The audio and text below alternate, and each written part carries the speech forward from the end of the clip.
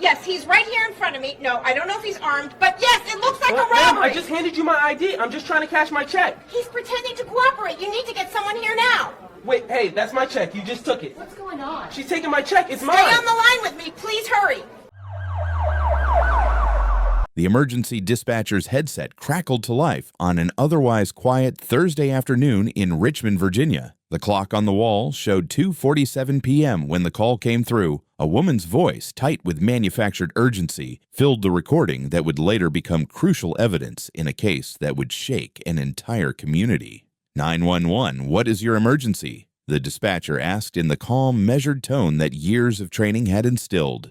Yes, I need police immediately at Commonwealth Trust Bank on Maple Grove Boulevard. There's a black male here attempting to commit fraud. He's trying to cash a forged check, and I believe he may become violent. Those words, spoken in barely 18 seconds, would set in motion a chain of events that would destroy careers, expose institutional failures, and ultimately force an entire banking corporation to confront uncomfortable truths about the prejudices lurking within its walls. But before we dive into the full weight of what happened that day, I want you to understand something. This is not just a story about one man's terrible afternoon. This is a story about how assumptions can become weapons, how ordinary moments can transform into nightmares, and how justice, when it finally arrives, can reshape everything we thought we knew about accountability. If you've ever walked into a business and felt eyes following you for no reason you could name, if you've ever been made to feel like you don't belong in a space where you have every right to exist, then this story will resonate with you in ways that might be uncomfortable.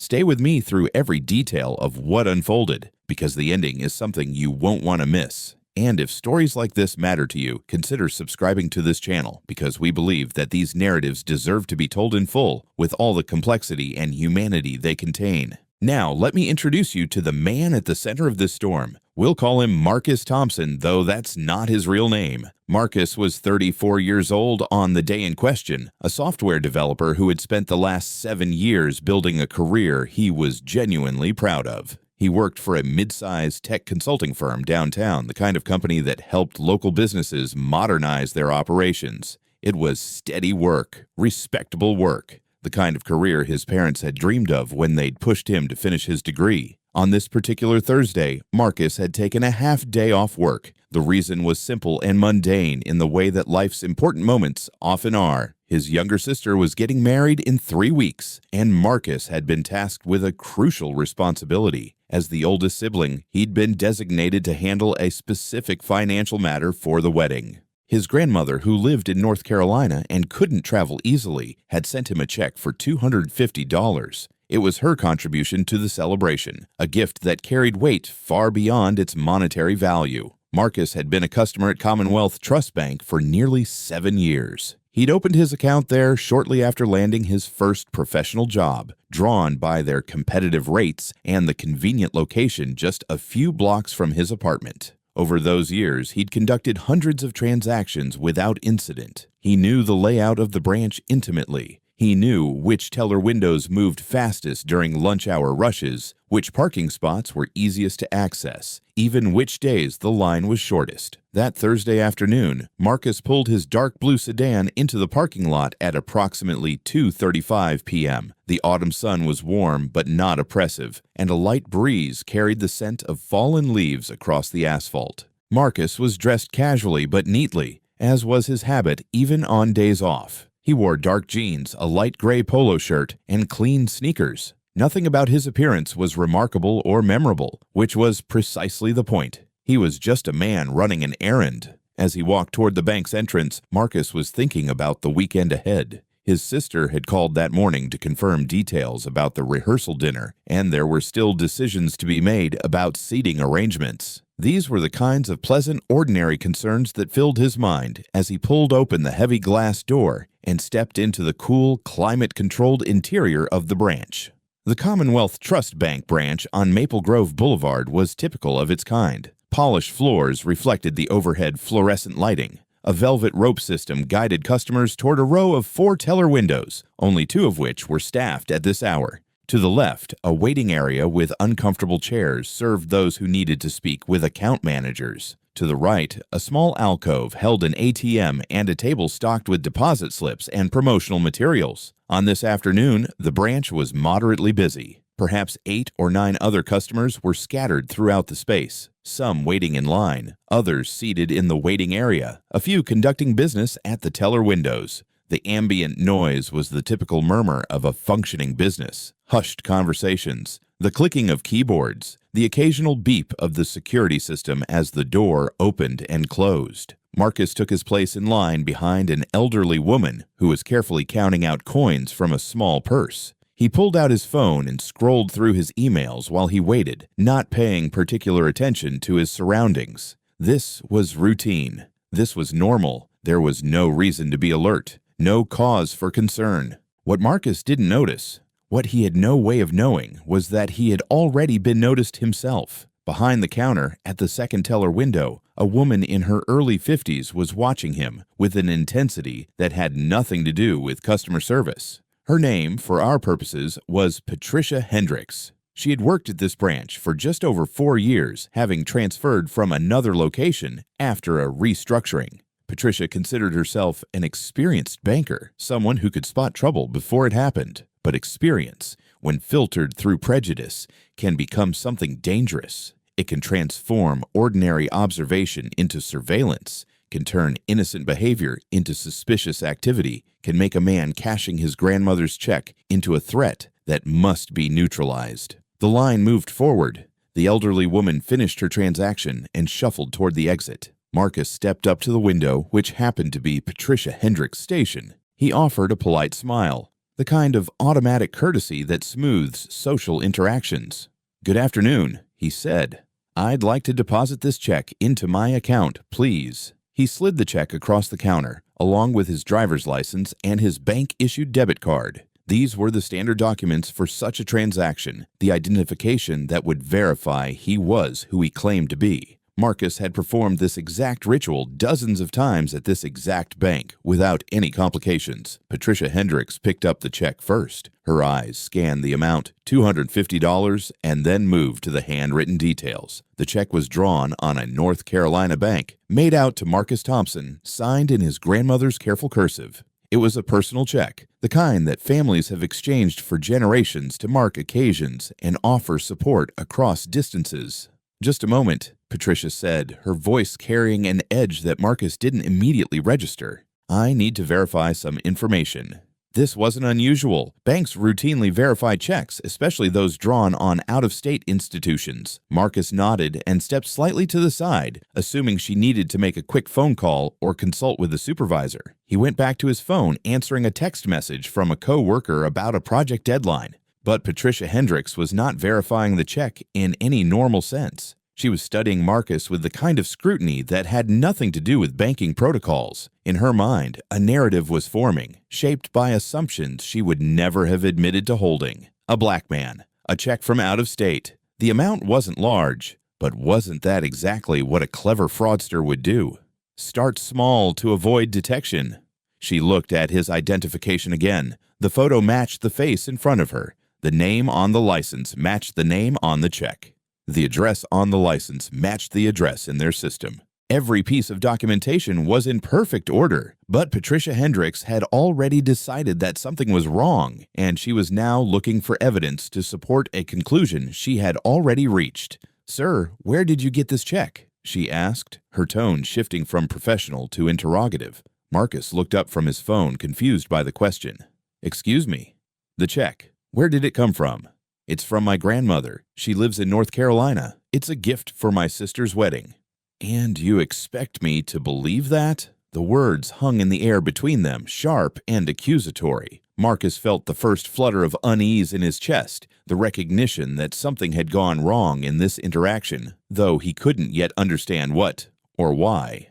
"I'm not sure what you mean," he said carefully. "It's a check from my grandmother. I have an account here. I've been a customer for almost 7 years. You can see my transaction history if you need to verify my identity." Patricia Hendricks did not look at his transaction history. She did not pull up his account to see the 7 years of deposits and withdrawals, the direct deposits from his employer, the mortgage payments and utility bills, and all the other evidence of a stable, ordinary life. Instead, she picked up the phone at her station. "I'm going to need to speak with my manager," she said. But she wasn't calling the manager. She was dialing 911. In that moment, Marcus Thompson was standing in a bank where he had been a loyal customer for the better part of a decade, holding documentation that proved beyond any doubt that he was exactly who he claimed to be, conducting a transaction so routine that it shouldn't have warranted a second thought. And yet, a woman who had never met him before had looked at his face and decided that he was a criminal. Think about that for a moment.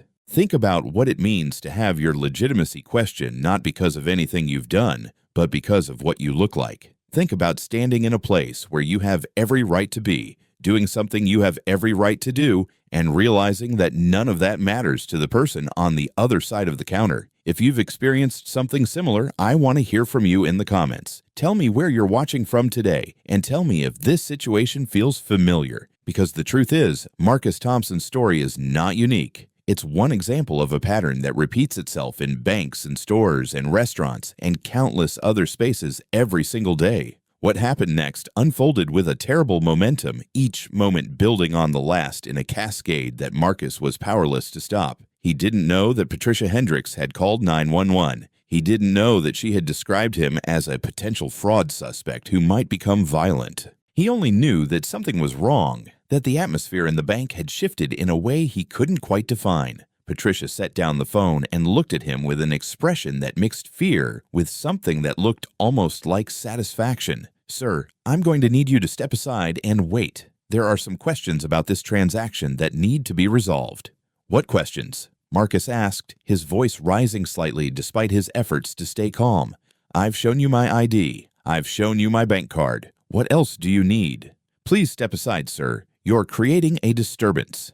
He wasn't creating a disturbance. He was standing still, speaking in a normal tone, asking reasonable questions about why a routine transaction had suddenly become an interrogation. But Patricia Hendricks had already written the story in her mind, and any response he gave would be interpreted through that lens. Confusion became aggression. Questions became hostility. A man trying to understand what was happening became a threat that needed to be contained. Marcus stepped aside because he didn't know what else to do. Other customers in the bank were starting to notice the interaction, their conversations trailing off as they sensed the tension. An older man in a business suit looked up from his paperwork in the waiting area. A young mother with a toddler on her hip moved a few steps farther from the teller windows. The branch manager, a man named Stephen Walsh, emerged from his office in the back, drawn by some instinct that told him his presence was needed. The next 4 minutes felt like hours to Marcus Thompson. He stood near the velvet rope,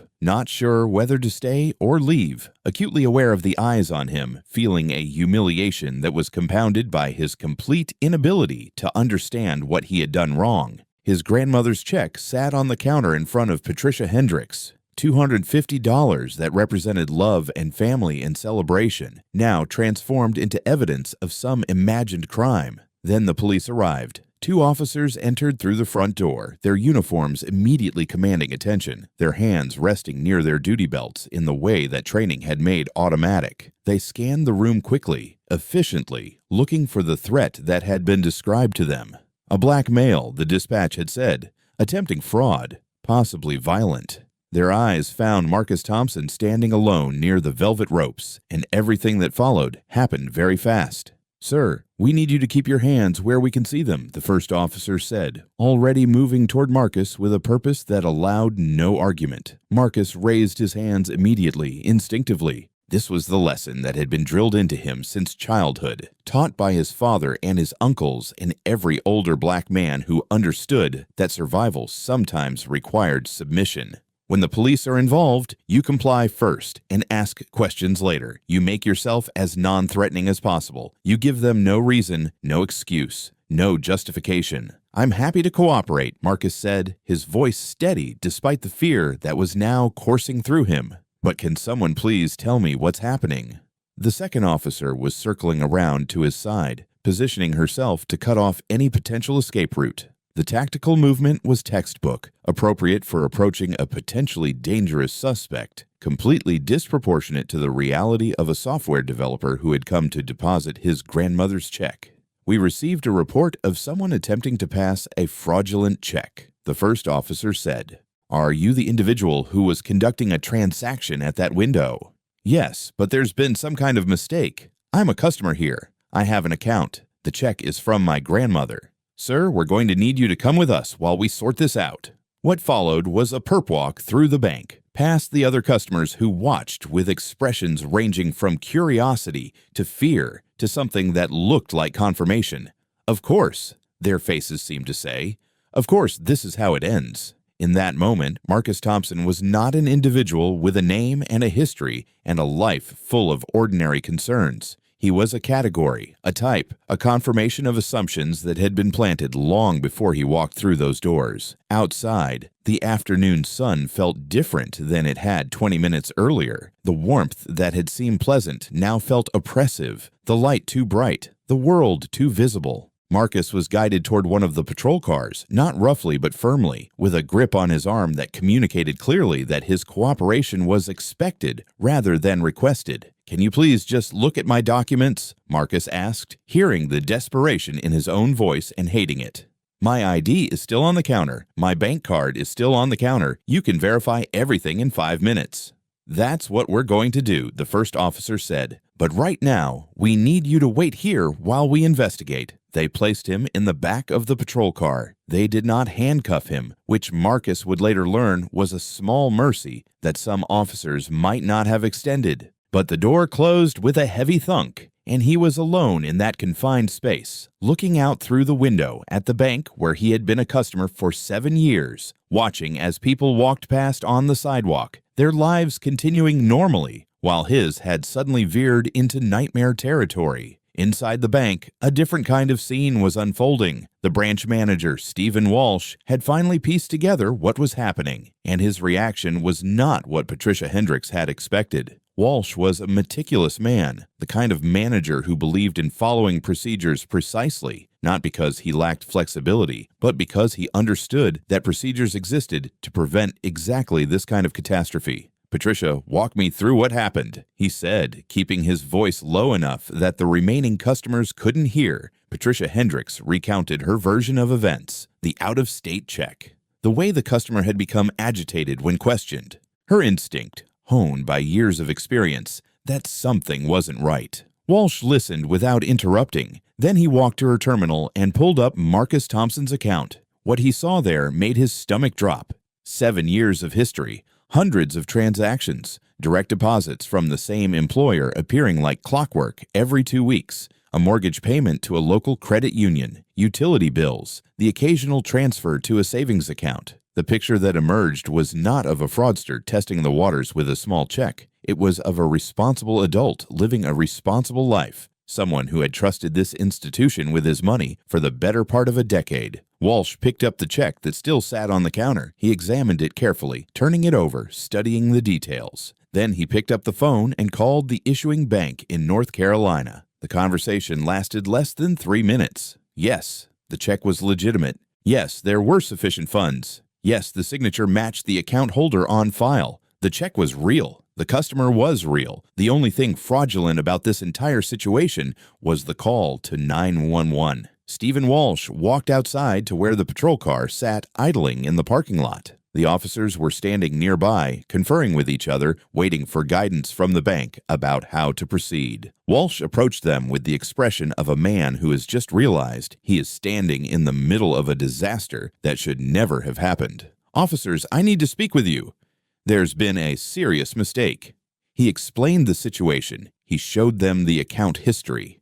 He confirmed that the check was legitimate and that Mr. Thompson was exactly who he claimed to be. The officers listened, their expressions shifting as the reality of the situation became clear. Then one of them opened the back door of the patrol car, and Marcus Thompson stepped out into the afternoon sun, free, but not unharmed. Here is where we need to pause and consider what had actually happened. A man had walked into a bank to conduct a simple transaction. A woman had looked at him and decided, based on nothing but her own assumptions, that he was a criminal. She had called the police and reported not just suspected fraud, but potential violence. Officers had responded to that call and treated Marcus Thompson as a threat to be contained. And all of this had happened in full view of other customers, other members of the community, People who would remember this scene and draw their own conclusions from it. The fact that it ended without violence, without arrest, without physical harm, does not erase the trauma of those 20-odd minutes. It does not undo the humiliation of being perp-walked through a place where you had every right to be. It does not address the message that was sent, however unintentionally, to every person who witnessed the scene, that some people are presumed guilty until proven innocent, and that their burden of proof is higher than others. What would you have done in that situation? Would you have remained calm? Would you have been able to keep your composure while being treated like a criminal for no reason you could understand? Leave your thoughts in the comments below, because I genuinely want to know how you would have handled what came next. Because Marcus Thompson, standing in that parking lot with the sun on his face and the remnants of adrenaline still coursing through his system, made a decision that would change everything. He was not going to let this moment pass without consequence. He was not going to accept an apology and move on with his life as if nothing had happened. He was going to fight. The branch manager, Stephen Walsh, was the first to attempt damage control. He approached Marcus with an expression that mixed genuine dismay with professional concern, already calculating the potential liability of the situation. "Mr. Thompson, I can't begin to tell you how sorry I am. This should never have happened. There's clearly been a serious error in judgment, and I want to assure you that we will be conducting a full internal investigation." Marcus looked at him for a long moment before responding. The anger was there, burning bright and hot beneath the surface, but years of professional experience had taught him the value of measured responses. "A serious error in judgment," he repeated. "Is that what we're calling it, when one of your employees decides that a 7-year customer is a criminal because of the color of his skin?" Walsh had no response to that. What could he say? The facts spoke for themselves. Patricia Hendricks had looked at Marcus Thompson and seen a threat where none existed. She had bypassed every normal verification procedure, had ignored the documentation that would have resolved her concerns in minutes, and had instead jumped directly to calling law enforcement. And she had added the detail about potential violence, a detail that had no basis in anything Marcus had said or done, but which had ensured that the police would arrive prepared for confrontation. "I want copies of everything," Marcus said. "The 911 call recording, the security camera footage, my account records, everything that documents what happened here today." "Mr. Thompson, I understand you're upset, but I'm not sure I can just—" "You can check with your legal department, but I'd suggest you do it quickly, because if I have to get a lawyer involved to obtain evidence that should be freely available to me as an innocent man, this is going to become a much bigger problem than it already is." Walsh retreated into the bank to make phone calls. The police officers, who had remained at the scene while the situation was clarified, now approached Marcus with the awkward demeanor of people who have realized they were on the wrong side of an encounter. "Sir, we apologize for any inconvenience," one of them said. "We were responding to information that was provided to us. We're glad this situation has been resolved without any charges." Marcus absorbed those words. Without any charges. As if the possibility of charges against him had ever been legitimate.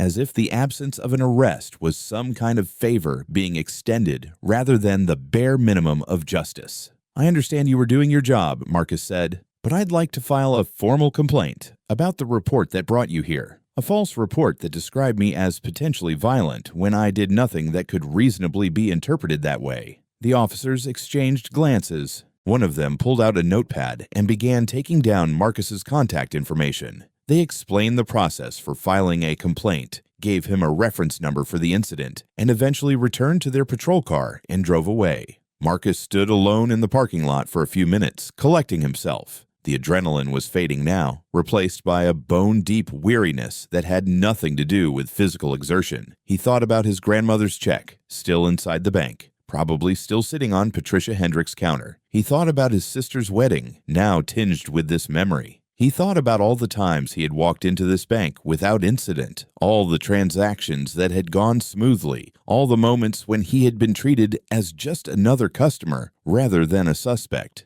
And he thought about how quickly all of that history had been erased by one woman's assumptions. The days that followed were consumed by documentation and decision-making. Marcus obtained the 911 recording through a formal records request. He listened to it multiple times, each replay deepening his understanding of what had been done to him. Patricia Hendricks' voice, calm and certain, describing him as a fraud suspect who might become violent. The dispatcher's acknowledgement, the assignment of officers to the call, 18 seconds that had upended his entire afternoon and threatened to define how he was seen in his own community. He also obtained the security camera footage from the bank. This required more effort, involving letters from an attorney he had consulted, but eventually the bank's legal department concluded that providing the footage was preferable to fighting a subpoena. What the footage showed was damning in its ordinariness. Marcus entering the bank, Marcus waiting in line, Marcus approaching the teller window, Marcus standing calmly while Patricia Hendricks made her phone call. There was no aggression. There was no threatening behavior. There was nothing that could justify the words "may become violent" that had been spoken to the 911 dispatcher. Armed with this evidence, Marcus made the decision that would transform his personal grievance into a public reckoning. He was going to file a lawsuit against both Patricia Hendricks individually and Commonwealth Trust Bank as her employer. He was going to pursue criminal charges for the false police report, and he was going to make sure that what happened to him could not be quietly buried and forgotten. The lawsuit was filed 6 weeks after the incident. The complaint alleged racial discrimination, false imprisonment, intentional infliction of emotional distress, and defamation. It named Patricia Hendricks as the primary defendant and Commonwealth Trust Bank as vicariously liable for the actions of their employee. The amount sought in damages was substantial, reflecting not just the immediate harm, but the broader pattern of behavior that the lawsuit aimed to expose. But the lawsuit was only one front in Marcus Thompson's campaign for accountability. The criminal complaint was equally important to him, perhaps more so, because while money could compensate for harm, only criminal consequences could send the message that false police reports are not minor infractions to be forgiven and forgotten. The local district attorney's office initially seemed reluctant to pursue charges. False report cases are notoriously difficult to prosecute, requiring proof not just that the report was inaccurate, but that the person making it knew it was false at the time. Patricia Hendricks could simply claim that she genuinely believed fraud was being attempted, and her subjective belief, however unfounded, might provide a defense. But the evidence in this case was unusually clear. The account records that Patricia Hendricks had not bothered to check. The identification documents that matched perfectly. The 7 years of transaction history that contradicted any reasonable suspicion of fraud. And most damning of all, the addition of "may become violent" to the 911 call. A detail that had no basis in anything Marcus had said or done, and which suggested that Patricia Hendricks was not just mistaken, but actively trying to escalate the police response. The DA's office eventually agreed to file charges for filing a false police report, a misdemeanor that carried potential penalties, including fines and up to a year in jail. It was not the felony that Marcus had hoped for, but it was something. It was official acknowledgement that what had been done to him was not just unprofessional, but illegal. While the legal machinery ground forward, the story began to attract public attention. Local news outlets picked up the lawsuit filing, drawn by the dramatic contrast between the routine transaction and the police response. Social media amplified the story, with the details of the 911 call particularly resonating with audiences who recognized the pattern from their own experiences or from countless similar incidents they had seen reported. The bank found itself facing a public relations crisis that no amount of corporate messaging could fully contain. Statements were issued expressing regret and committing to internal review. Patricia Hendricks was placed on administrative leave pending the outcome of the investigations. The branch manager, Stephen Walsh, found himself conducting interviews with reporters, trying to balance the need for transparency with the legal constraints imposed by ongoing litigation. But what the public statements couldn't address was the fundamental question that Marcus Thompson's case had raised. How many other times had this happened? How many other customers had been subjected to suspicion and scrutiny based on nothing but assumptions? How many incidents had ended quietly, with apologies accepted and no records kept, allowing patterns of bias to continue unchallenged? The answer, it turned out, was more than anyone had expected. As the lawsuit proceeded through the discovery phase, Marcus's legal team began to uncover a troubling history at Commonwealth Trust Bank. Internal complaint records revealed that Patricia Hendricks had been the subject of at least 3 previous complaints from customers alleging discriminatory treatment. In each case, the complaints had been investigated internally and dismissed without significant action. The customers had been offered apologies and small gestures of goodwill. Patricia Hendricks had received verbal counseling and reminders about bank policy, but no formal disciplinary action had been taken, and no pattern had been recognized or addressed. The discovery also revealed that Commonwealth Trust Bank's training programs on bias and discrimination were minimal at best. Employees received a single online module during their initial onboarding, with no follow-up training and no regular reinforcement of the principles involved. The bank had policies against discrimination on paper, but those policies had no practical teeth, no mechanisms for identifying problems before they escalated to the point of police involvement. This information transformed the lawsuit from a case about one incident into a case about institutional failure. Marcus's legal team amended the complaint to include allegations of negligent training, negligent supervision, and corporate policies that enabled and perpetuated discriminatory behavior. The potential damages grew accordingly, as did the bank's exposure to reputational harm. If you're watching this and thinking about how institutions can fail to see patterns that should be obvious, I want to hear from you. Have you ever been part of an organization that had policies on paper but didn't enforce them in practice? Have you seen how small failures can compound into major crises? Share your thoughts in the comments, and if you're finding this story valuable, consider subscribing so you don't miss the conclusion. The turning point in the case came approximately 8 months after the initial incident. The criminal trial of Patricia Hendricks was scheduled first, partly because criminal proceedings typically move faster than civil litigation, and partly because the outcome of the criminal case would likely influence the civil settlement negotiations. The trial lasted 3 days. The prosecution presented the 911 recording, the security camera footage, and the bank records that showed Marcus Thompson's 7-year history as a customer. They called Marcus as a witness, and he recounted the events of that afternoon with a calm precision that belied the emotional weight of the memories. The defense attempted to paint Patricia Hendricks as a conscientious employee who had made a judgment call in good faith. Her attorney argued that banks are constantly targeted by fraud attempts, that employees are trained to be vigilant, and that Patricia had simply been following her instincts to protect the institution. The fact that her instincts were wrong did not make her actions criminal, but the prosecution had a powerful counter-argument. The words "may become violent." Those 3 words, added to the 911 call without any basis in Marcus's behavior, revealed something about Patricia Hendricks's mindset that went beyond mere caution. She had not simply been concerned about potential fraud. She had been concerned about potential violence, specifically from a black man who had done nothing more threatening than ask why his transaction was being questioned. The defense had no good answer for this. Patricia Hendricks herself, when called to testify, struggled to explain what had made her add that phrase. She insisted that she had felt threatened, that something about Marcus's demeanor had seemed aggressive. But when pressed for specifics, for any concrete behavior that had triggered her concern, she had nothing to offer. The feeling had been enough. The instinct had been enough. And the instinct, the jury would ultimately conclude, had been shaped by something other than the facts of the encounter. The verdict came on a Friday afternoon. Patricia Hendricks was found guilty of filing a false police report. The judge sentenced her to 6 months of probation, 200 hours of community service, and mandatory participation in a bias awareness program. More significantly, she was ordered to pay restitution covering Marcus Thompson's legal expenses related to the criminal case.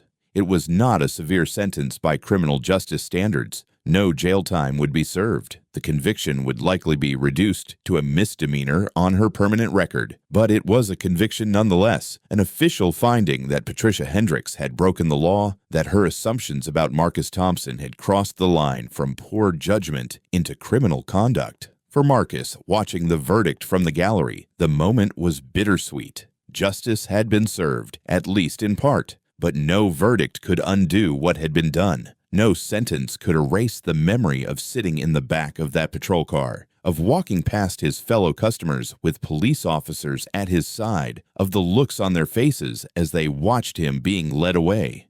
The civil case settled 3 months later, after extensive negotiations that took place largely outside public view. The final settlement amount was substantial, though the exact figure was subject to a confidentiality agreement that Marcus reluctantly signed in exchange for better terms overall. What could be disclosed was that Commonwealth Trust Bank had agreed to implement sweeping changes to their training and supervision programs, to establish a formal complaint review process with outside oversight, and to fund a scholarship program for students pursuing careers in civil rights law. Patricia Hendricks, for her part, was terminated from her position at Commonwealth Trust Bank immediately following her criminal conviction. The bank's official statement cited violation of company policies, though the timing made clear that the conviction was the precipitating factor. She would later file an unsuccessful wrongful termination claim, arguing that she had been scapegoated for systemic problems that went far beyond her individual actions.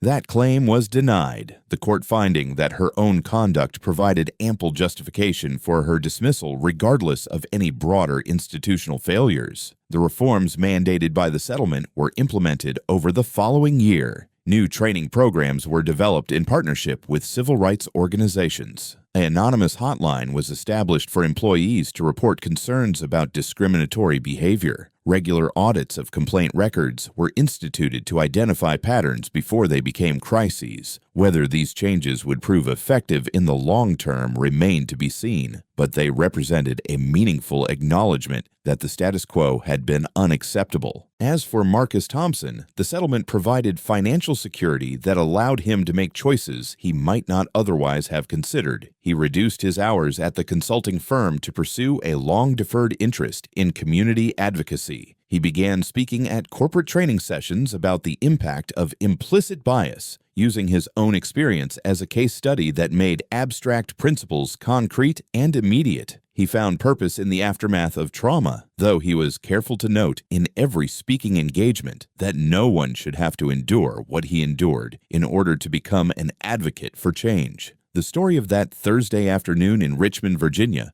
rippled outward in ways that could not have been predicted. Other customers of Commonwealth Trust Bank, emboldened by Marcus's example, came forward with their own accounts of discriminatory treatment. Some of these accounts led to additional legal actions. Others simply became part of the public record, contributing to a growing understanding of how bias operates in institutional settings. Local and state legislators took note of the case and began considering reforms to the laws governing false police reports. Some proposed increasing the penalties for false reports that were motivated by racial bias. Others focused on improving police training to help officers identify and appropriately respond to potentially biased calls. The debates continued, with Marcus Thompson's case frequently cited as an example of what was at stake. And in the broader culture, the story became one of many threads in an ongoing conversation about race, assumption, and justice in America. It was shared on social media, discussed in classrooms, referenced in op-eds and podcasts.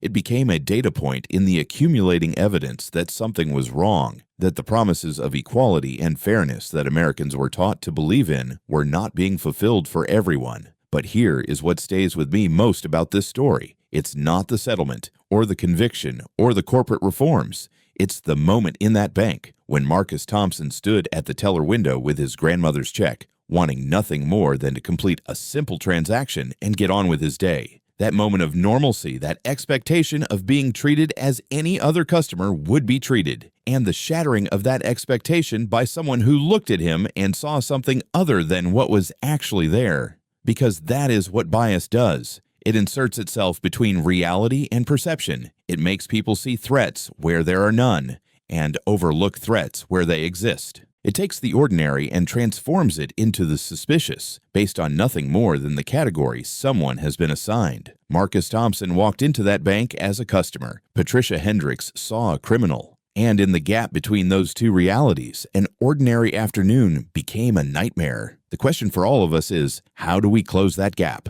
How do we create spaces where people are seen for who they are, rather than for what someone assumes them to be? How do we build institutions that catch bias before it causes harm rather than responding only after the damage is done? These are not easy questions. They don't have simple answers. But they are the questions that stories like this one force us to confront. So let me ask you, as we come to the end of this account, what did you take from Marcus Thompson's experience? Do you think justice was served, or did the system fail him despite the eventual outcome? What would you have done in his place? And what would you want done if you were the one standing in that bank, watching your ordinary day turn into something you could never have expected?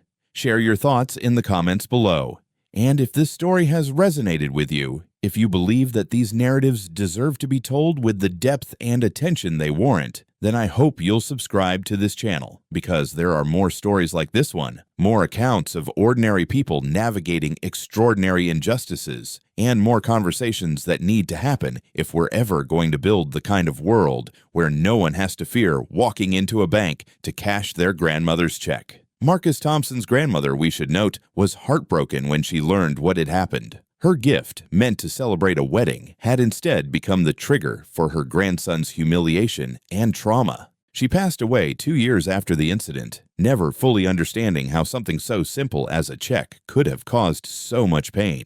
At the funeral, Marcus spoke about her, about the love that had motivated that gift, and about how he had channeled the anger of that afternoon into something productive rather than letting it consume him. She taught me, he said, that the measure of a person is not what happens to them, but what they do with what happens to them. I couldn't control what that woman assumed about me, but I could control how I responded, and I hope that my response has made things a little bit better for the next person who walks into a bank and just wants to be seen as a customer. That is the legacy of this story. Not the settlement or the conviction, not the reforms or the headlines. The legacy is the reminder that even in moments of injustice, even when we are treated as less than we are, we have choices about how to respond. And sometimes those choices can change things. Maybe not for everyone, maybe not forever, but for someone somewhere, things might be a little bit different because Marcus Thompson refused to accept what was done to him and insisted on accountability. And that, in the end, is what justice looks like. Not a perfect outcome, not the erasure of harm, but the determination to push back against wrong and to create consequences for those who cause it. It's messy and incomplete and often unsatisfying, but it's what we have, and it's worth fighting for. Thank you for staying with me through this entire story. If you found value in this deep exploration of what happened to Marcus Thompson, please take a moment to like this video and share it with others who might find it meaningful. And subscribe if you haven't already, because we're committed to telling these stories with the care and depth they deserve. Until next time, remember, the world changes when ordinary people refuse to accept extraordinary injustice. What will you refuse to accept?